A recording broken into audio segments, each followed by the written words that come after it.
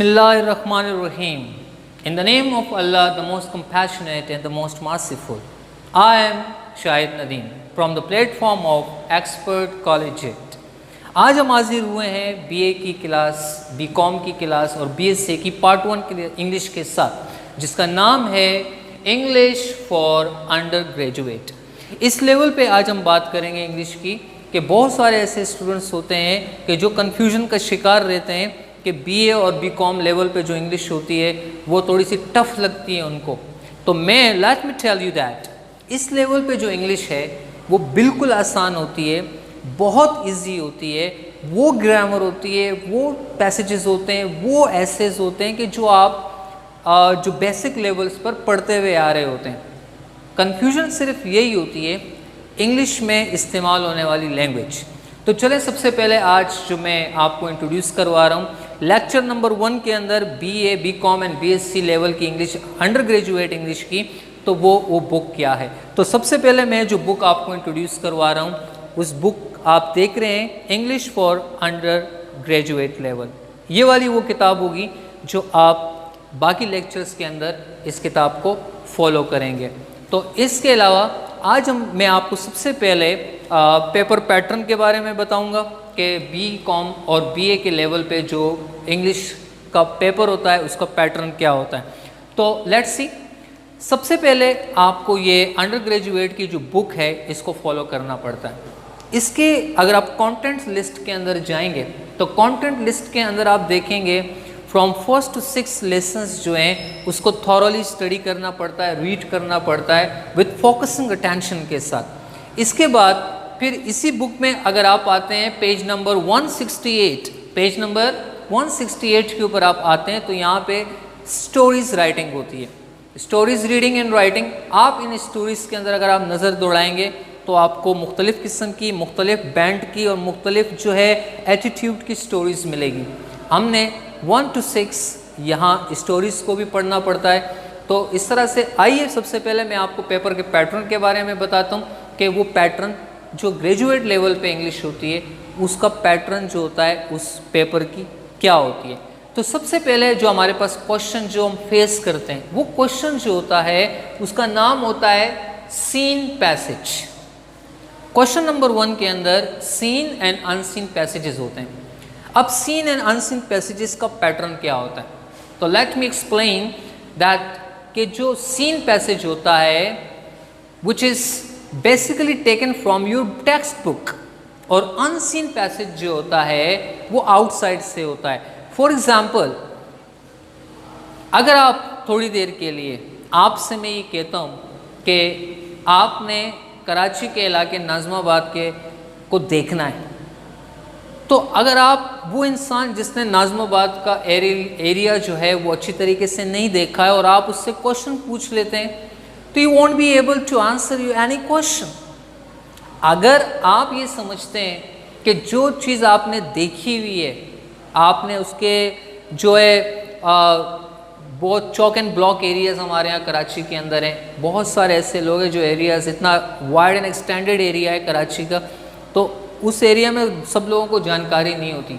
लेकिन जिस इलाके के बारे में आपको जानकारी होती है आप कोई भी क्वेश्चन उनसे पूछ लेते हैं, वो आपको आंसर इजीली दे देते हैं। तो अनसीन जो पैसेज होता है उसका सिनेरियो भी कुछ इस तरह से है कि वो बाहर से आपको एक पैसेज दे देंगे, आपने उसको डीपली एंड थॉरली रीड करना है विद फोकसिंग अटेंशन। जब आप उसको अच्छे तरीके से रीड करते हैं then you will be able to answer the questions given below.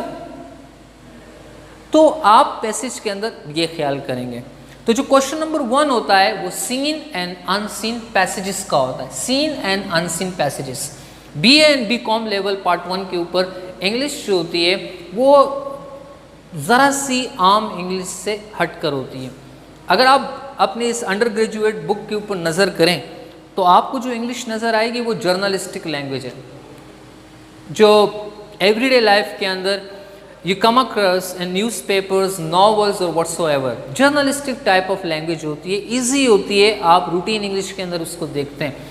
अगर आप उसको first year second year English level पे देख लें तो आपको नज़र आएगा कि वो इंग्लिश और ये अंडर ग्रेजुएट लेवल की जो इंग्लिश है उसमें इतना ज़्यादा फ़र्क नहीं है।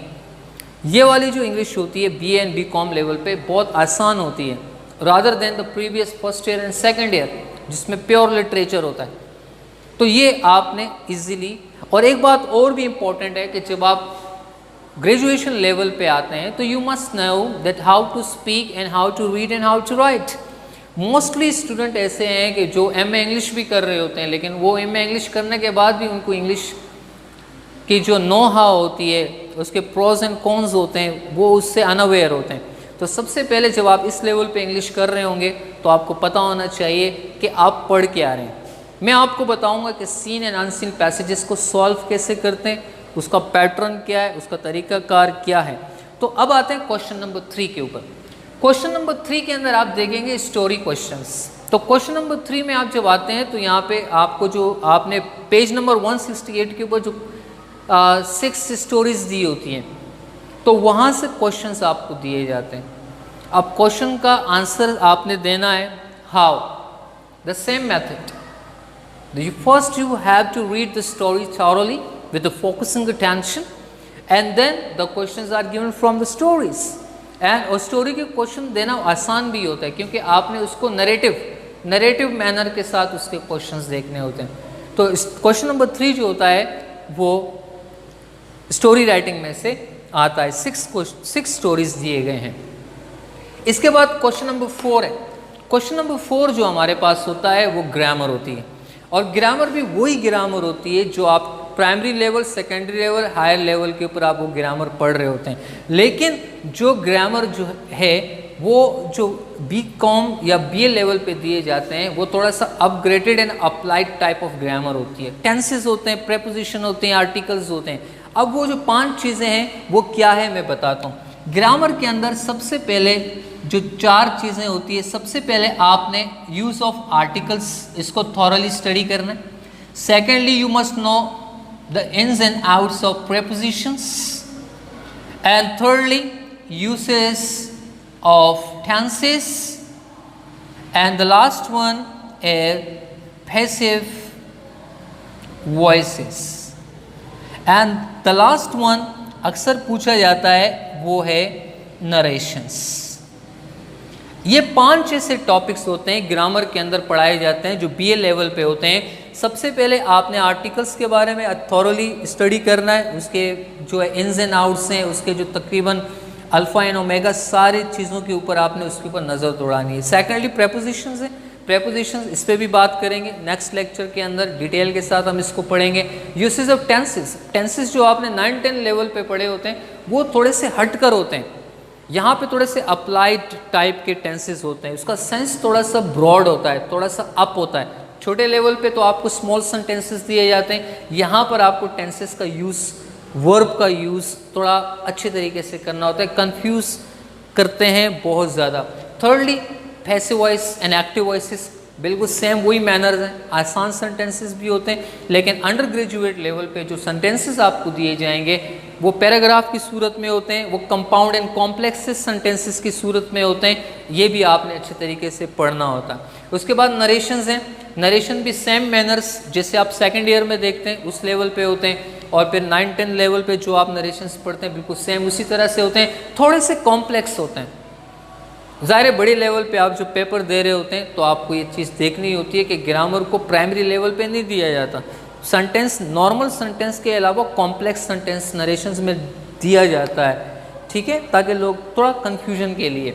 तो ये हमारे पास है ग्रामर। उसके बाद हमारे पास एक होता है लेटर और CV।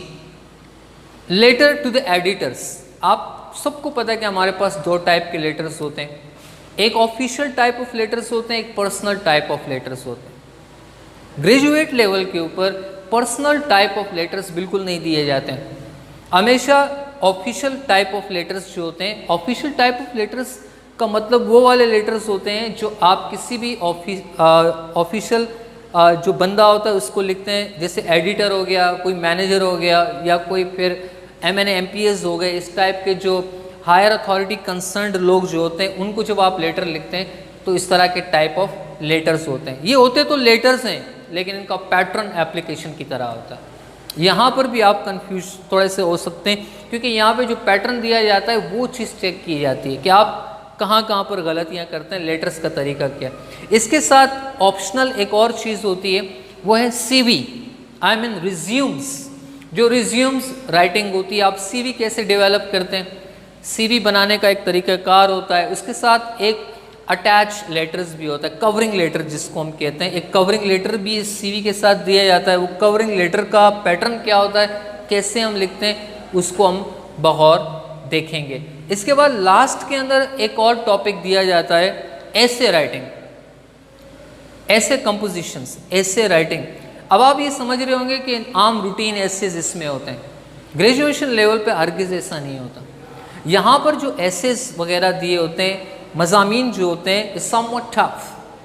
इसमें क्या होता है, करंट अफेयर्स के ऊपर दिए जाते हैं, जो करंट सिनेरियोस चल रहे होते हैं ऑल अराउंड द वर्ल्ड और इवन नेशनल और इंटरनेशनल इश्यूज़ के तौर पे जो होते हैं, वो चीज़ें जिसमें हाईलाइट करते हैं एसेज में दिए जाते हैं। जैसे आजकल जो कोरोना वायरस कोविड-19 फैला हुआ है, तो इस तरह का जो करंट सिनेरियो होता है, सिचुएशन होता है, उसके ऊपर ये ऐसे दे रहे थे, ठीक है। चाहे वो डिप्लोमेटिक साइड हो, डेमोक्रेटिक साइड हो, या फिर जो जुडिशियल प्रॉब्लम्स हो, हमारे यहाँ पॉलिटिकल इश्यूज जो होते हैं, बहुत सारे स्पोर्ट्स इश्यूज होते हैं, या कोई बहुत बड़े और सिनेरियोज होते हैं, इस तरह के एसेज वो दिए जाते हैं। Social problems and civil problems, इस तरह के ऐसे।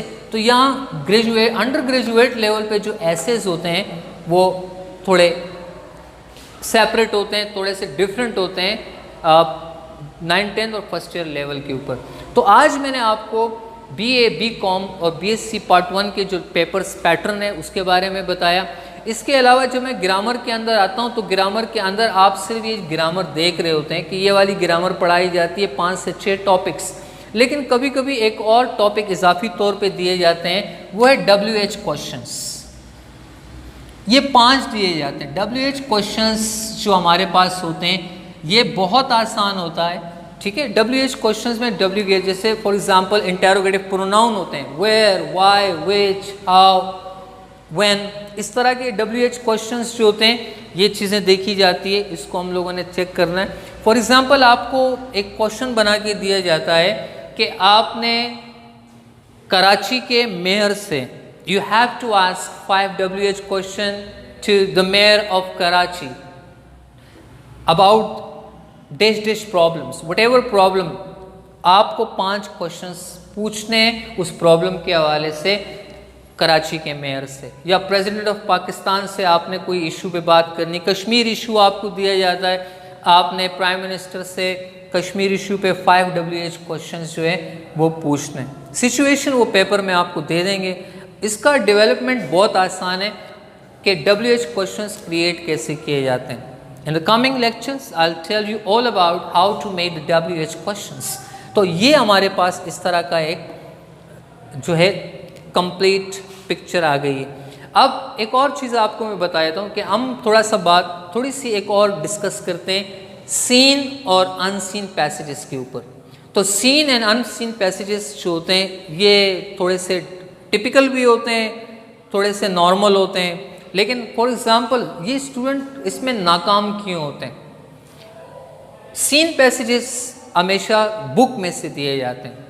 अगर आप अपनी बुक के अंडर ग्रेजुएट इंग्लिश बुक के डॉक्टर DH हाउ की किताब को अगर आप गौर से देखें, तो इसके अंदर अगर आप कंटेंट में जाएं तो लेसन नंबर 1 से टॉपिक नंबर 1 से टॉपिक नंबर 6 तक ये लेसन्स पढ़ाए जाते हैं। सीन पैसेज हमेशा उसी में से दिया जाता है। अब सीन पैसेज पढ़ने का तरीका तो यही होता है कि आपको कंप्लीटली एक लेसन को बिल्कुल